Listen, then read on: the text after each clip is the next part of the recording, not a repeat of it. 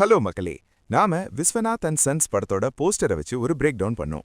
ஆனா நேத்து March 16 release ஆன அஃபிஷியல் டீசரை பார்த்ததுக்கு அப்புறம் தான் தெரியுது வெங்கி அக்லூரி நம்ம எல்லாரையும் டோட்டலா வேற ஒரு ட்ராக்குக்கு கூட்டிட்டு போயிருக்காரு.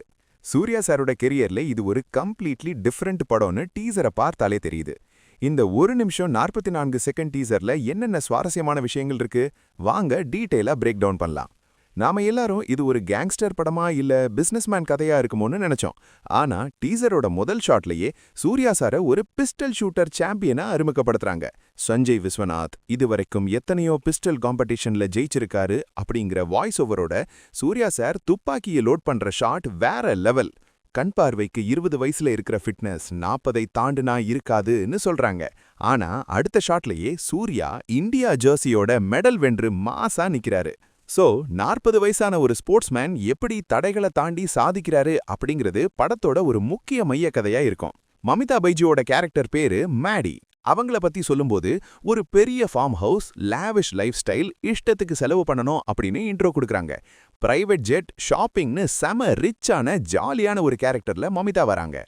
கார்ல சூர்யாவும் மமிதாவும் சண்டை போடுற அந்த கியூட் சீன், நீ ஒரு சொடக்கு போட்டா உன் வயசு பசங்க வந்து விழுவாங்க, இன்னும் 4 சொடக்கு போடுறேன் நீயும் விழு அப்படின்னு மமிதா சொல்ற டயலாக் எல்லாம் பார்க்கும்போது இவங்க 2 பேருக்கும் இடையிலான அந்த ரொமான்டிக் காமெடி ட்ராக் படத்துல ரொம்பவே கியூட்டா ஒர்க் அவுட் ஆகியிருக்கும்னு தோணுது.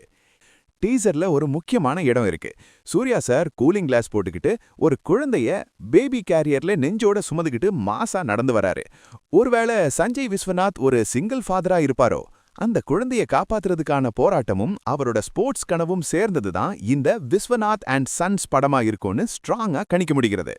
இது வெறும் ஸ்போர்ட்ஸ் அண்ட் ரொமான்ஸ் படம் மட்டும் கிடையாது.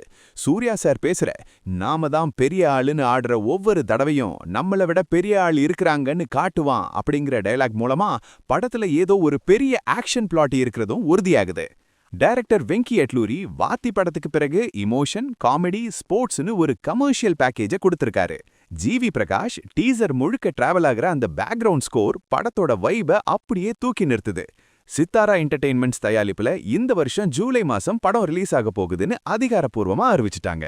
கங்குவா ரெட்ரோவுக்கு பிறகு சூர்யா சாரை இந்த மாதிரி ஒரு ஸ்டைலிஷான எனர்ஜெட்டிக்கான அவதார்ல பாக்குறது ரொம்பவே ரிஃப்ரெஷிங்கா இருக்கு. கார்ல அவரோட எக்ஸ்பிரஷன்ஸும் குழந்தைய தூக்கிட்டு நடக்கிற அந்த ஸ்வாகும் தியேட்டர்ல கண்டிப்பா பெரிய சம்பவம் பண்ணும். இந்த டீசர்ல உங்களுக்கு கவர்ந்த விஷயம் எது? சூர்யா மமிதா பைஜு காம்போ பத்தி நீங்க என்ன நினைக்கிறீங்கன்னு கமெண்ட்ல சொல்லுங்க. வீடியோ பிடிச்சிருந்தா லைக் பண்ணி நம்ம சேனலை சப்ஸ்கிரைப் பண்ணுங்க.